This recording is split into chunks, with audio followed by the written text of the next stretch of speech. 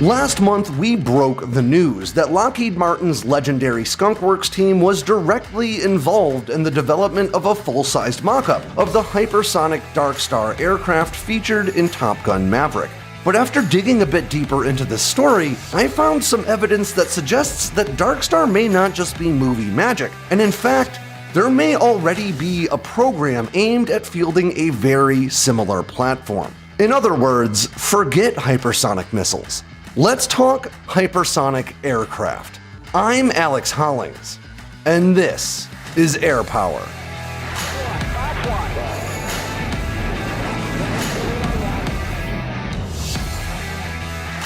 Right off the bat, I want you guys to know that this video will be a bit different than usual. In the first half, I'm going to give you the same cold hard facts I usually do, but in the second half, I get a little whimsical and I start drawing some conclusions that I can't completely substantiate. I'll make it clear when I'm doing that, but I want you to know up front, because it seems like there could be a hypersonic aircraft screaming its way towards service in the near future, but I can't confirm it.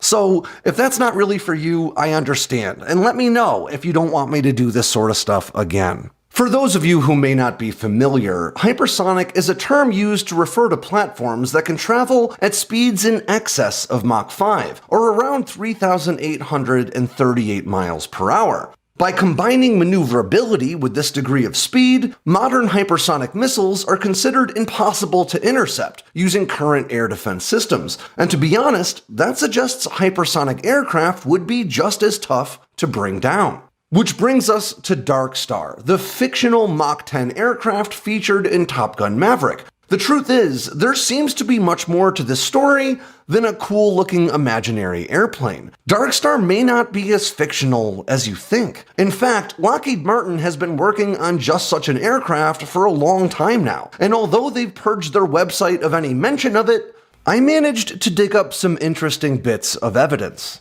But before we dive into that, let's go over Dark Star itself. Top Gun: Maverick was a sequel some 36 years in the making, but in a way, Dark Star is a long-awaited sequel in itself. As we discussed when Top Gun's toy line first dropped on Sandbox News, Dark Star bears a striking resemblance to previous renders from Lockheed Martin of their highly anticipated follow-up to the SR-71 Blackbird, known simply as the SR-72. Of course, back in 2020 when I wrote that story, I had no idea Lockheed Martin was involved. I just happened to get it right. Now, to be clear, the Dark Star we saw in the movie is just as fictional as the Top Gun universe itself, but there are some very strong parallels between the Dark Star and an ongoing program within the Air Force Research Laboratory known as Mayhem. And to make things even more interesting, Mayhem seems to have Lockheed Martin's Skunk Works involved. Now, I want to be clear that a lot of what you'll hear from here forward is supposition based on evidence, because although the Air Force Research Laboratory has said that Lockheed Skunk Works is one of only 3 firms they believe could develop such a platform, to date there has been no official announcement that the Skunk Works is leading Mayhem. But I have a feeling that by the end of this video you'll agree that they probably have the inside track, if nothing else. The story behind Mayhem is intrinsically tied to the ongoing hypersonic arms race, because hidden within the long list of hypersonic weapons programs currently drawing funds from Pentagon coffers,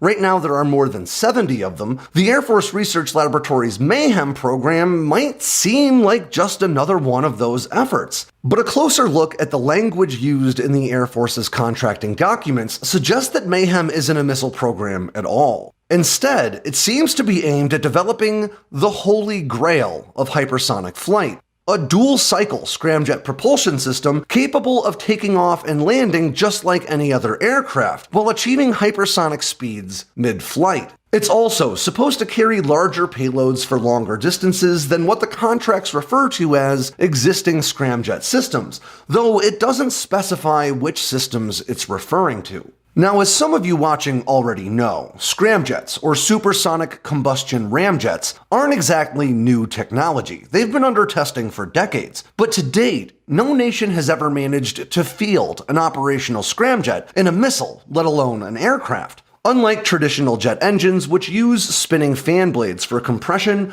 scramjets use the immense force of air flowing into their jet inlets at supersonic and higher speeds to compress the air itself. That air is then mixed with fuel and detonated out the back for propulsion, just like any other jet engine. According to Lockheed Martin, their dual-cycle scramjets could feasibly propel an aircraft to a sustained speed of Mach 6, or a bit better than 4,600 miles per hour. NASA thinks scramjet technology itself could probably reach speeds higher than Mach 15. But there's always a but, and in the case of scramjets, it's that they need to be moving at very high speeds in order to create that compression, so they just don't operate well at the lower speeds required for regular things like takeoff and landing. And as a result, even the most advanced scramjets in testing today are carried aloft by an aircraft and then launched using rockets before the scramjet can come online. And that's where the Air Force Research Laboratory's Mayhem program comes in, because although it's regularly referred to as a missile program, a closer look at the issued requests for information suggests that it's more likely aiming at fielding an uncrewed, reusable hypersonic drone. Let me walk you through that line of thinking. When Mayhem was announced in August of 2020, its formal name was the Expendable Hypersonic Multi-Mission Air-Breathing Demonstrator, but just last year it was renamed to the Hypersonic Multi-Mission ISR and Strike platform.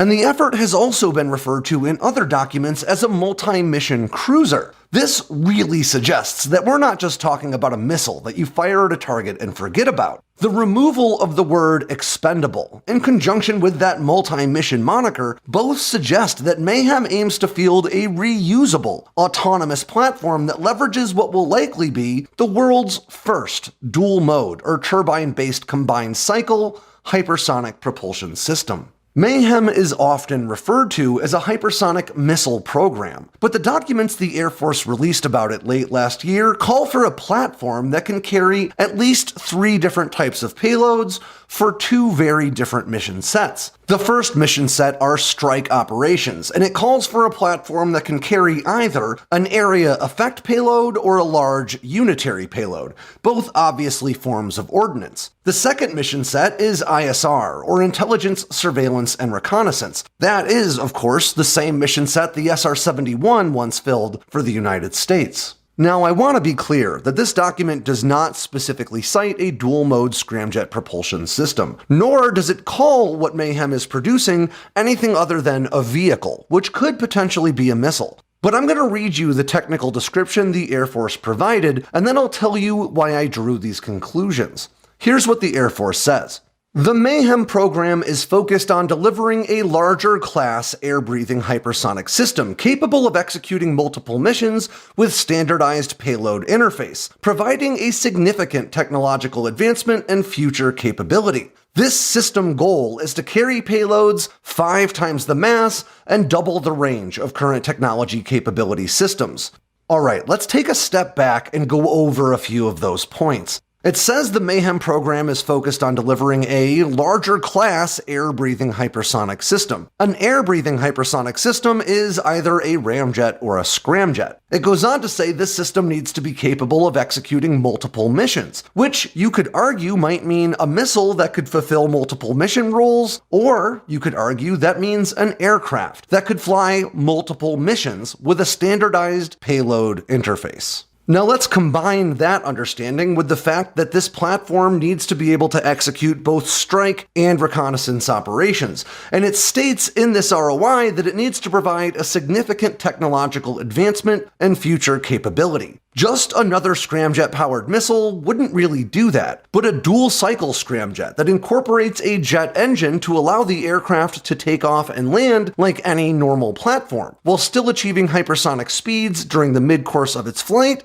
actually would. Okay, by now you're probably asking, what is a dual-cycle or multi-mode scramjet, and why is it a big deal? Put simply, it's really just a regular jet engine combined with a scramjet system all in one platform. And what that would allow for is an aircraft that could use the traditional jet engine to take off and accelerate all the way up to around Mach 3, where scramjets work efficiently. From there, the scramjet would carry the aircraft all the way past Mach 5 and beyond. But when it came time to land, the scramjet would turn things back over to the jet turbine that could operate at lower speeds to allow the aircraft to land like any other jet. As a result, you end up with a reusable hypersonic platform, and that's a really big deal because scramjets aren't cheap, and it's not very efficient to embed them in your target with a warhead strapped to the front.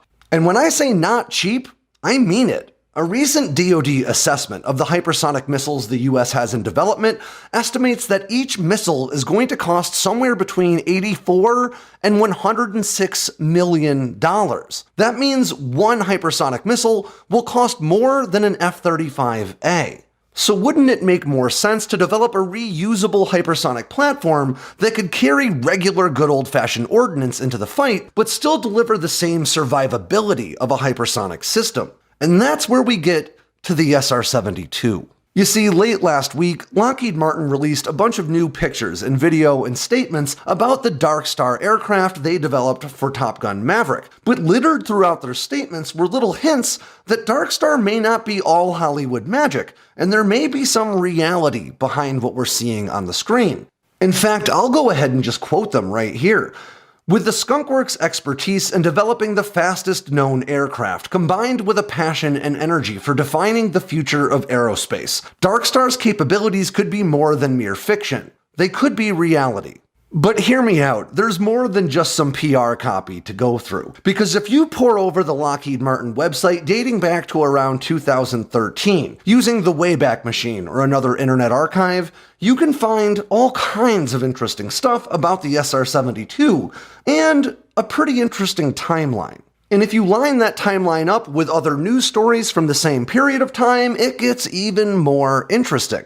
I'm going to run through this quickly, but I go through it in more depth in the full write-up on Sandbox News. Word first started to reach the media about Lockheed wanting to develop an SR-72 all the way back in 2007, and by 2015, they were so open about it that Popular Science did a cover story about it, and Lockheed Martin had a webpage devoted to the SR-72 on their website. By 2017, Aviation Week was reporting people spotting SR-72 technology demonstrators flying over Palmdale, California. Palmdale is where Skunkworks is located. And from here on out, the timeline moves faster and gets weirder. In January of 2018, Jack O'Banion, one of Lockheed Martin's vice presidents, spoke at the SciTech Forum held by the American Institute of Aeronautics and Astronautics. And during the event, he had an artist's rendering of the SR-72 projected on the screen behind him as he discussed it as though it was a real aircraft that already existed. I'll quote him here. "Without the digital transformation, the aircraft you see there could not have been made. We couldn't have made the engine itself. It would have melted down into slag if we tried to produce it 5 years ago. But now, we can digitally print that engine with an incredibly sophisticated cooling system integral into the material of the engine itself, and have that engine survive for multiple firings for routine operation." If that didn't catch your interest, Bloomberg pressed him about these statements, and he said, and again I quote, "The aircraft is also agile at hypersonic speeds with reliable engine starts." It's worth noting that if you're going through the Wayback Machine, the SR-72's webpage was up throughout all of this. But in March of that year, just 2 months later, Russian President Vladimir Putin gave a speech where he announced the world's first operational hypersonic missiles, and the world sort of freaked out about it. And while going through archives of Lockheed Martin's website, they removed the SR-72 page and any other mention of the platform immediately after Putin's speech. So what was it that Lockheed Martin took down immediately after Vladimir Putin kicked off what many have come to see as a hypersonic arms race? Well, fortunately, it's still available via the Wayback Machine, and I can read it to you. A hypersonic plane does not have to be an expensive, distant possibility. In fact, An SR-72 could be operational by 2030. For the past several years, Lockheed Martin Skunk Works has been working with Aerojet Rocketdyne to develop a method to integrate an off-the-shelf turbine with a supersonic combustion ramjet air-breathing jet engine to power the aircraft from a standstill to Mach 6. Removing this immediately after Putin's speech may suggest that Lockheed Martin suddenly got some direct interest from the DoD in pushing this program back into the classified side of the house. And to further substantiate that, almost immediately after they took down that webpage, Lockheed Martin began investing heavily in expanding that Palmdale facility people had seen SR-72 tech demonstrators flying out of. I'll quote Lockheed Martin spokeswoman Melissa Dalton about that facility in Palmdale. Classified work will be done in the facility. While I can't share any details about what specifically we'll be working on there, it will follow in the Skunk Works tradition of innovative solutions to urgent national needs. Before long, the Air Force Research Laboratory would announce the Mayhem Initiative, which states very similar needs to what the SR-72 already claimed to deliver.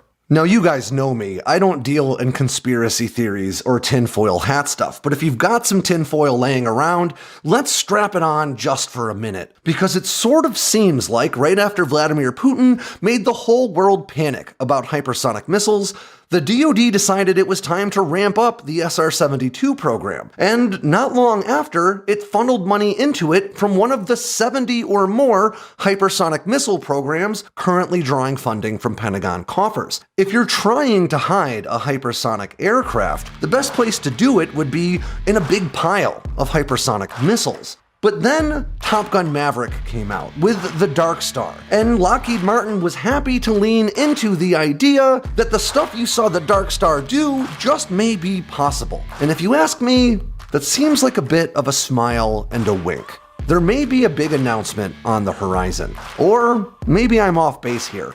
It happens.